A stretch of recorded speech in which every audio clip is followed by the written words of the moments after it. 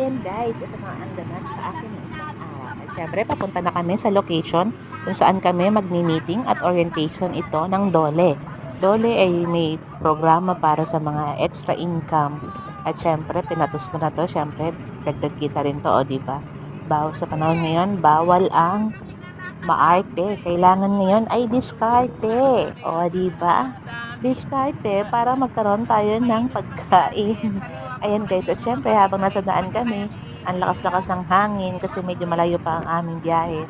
At siguro meron mga 1 hour o 1 hour and 30 minutes bago kami makarating sa location.